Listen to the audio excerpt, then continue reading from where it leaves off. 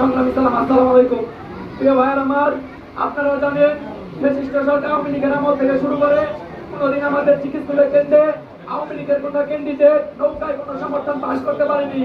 প্রিয় ভাইয়ের আমার, আপনারা এটাও জানেন বিগত দিনে শেরপুর জেলা বিএনপির যখন ক্রান্তি সময় চলে গেছিল, তখন আমাদের শেরপুর জেলা বিএনপির আমাদের প্রিয় নেতা আলাদ মোহাম্মদ হরজত ভাই দুঃসময় আমাদের জেলা বিএনপির হাল ধরেছিল।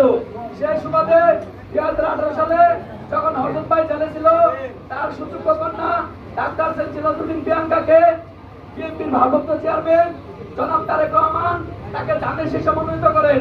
প্রিয় ভাইয়ের আমার, সেই মনোনীত করার জন্য এবং তিনি নির্বাচনে প্রচারণা করতে গিয়ে বিভিন্ন হামলা এবং পুলিশের হুমকির মুখে পড়ে।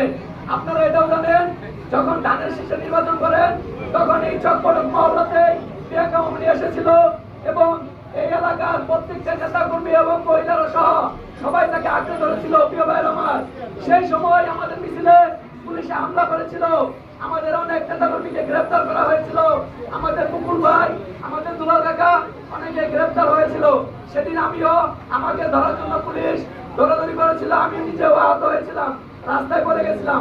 প্রিয় ভাইয়ের আমার, সেই সময় ছিল ফ্যাসিস্ট শেখ হাসিনা সরকারের আমলে দিনের ভোট রাতে নেওয়ার কারচুপি এবং রাতের ভোট দিনে নেওয়ার কারচুপিতে যখন ডাক্তার সিরাজউদ্দিন প্রিয়াঙ্কা নির্বাচনী প্রচারণায় নামে, যখন এই শেরপুরের আওয়ামী লীগের আর্থিক চূড়া যখন জানে যে ডাক্তার সিরাজউদ্দিন প্রিয়াঙ্কা বিপুল ভোটে জয়লাভ করতেছিল, প্রিয় ভাইয়ের আমার, তখনই এই আর্থিক তার গুন্ডা বাহিনী এবং পুলিশ প্রশাসনকে লেলিয়ে দিয়েছিল ডাক্তার সিরাজউদ্দিন প্রিয়াঙ্কার পিছনে। প্রিয় ভাইয়ের আমার, আপনারা এটাও জানেন মুগলাকান্দি যে আমাদের নির্বাচনী প্রচারণা দেওয়ার পথে আমাদের ডাক্তার সিরাজউদ্দিন প্রিয়াঙ্কাকে নেত্রীকে মেলে ফেলার জন্য আওয়ামী লীগের নেতারা ঢাল লাঠি এবং অস্ত্র দ্বারা হামলা করে।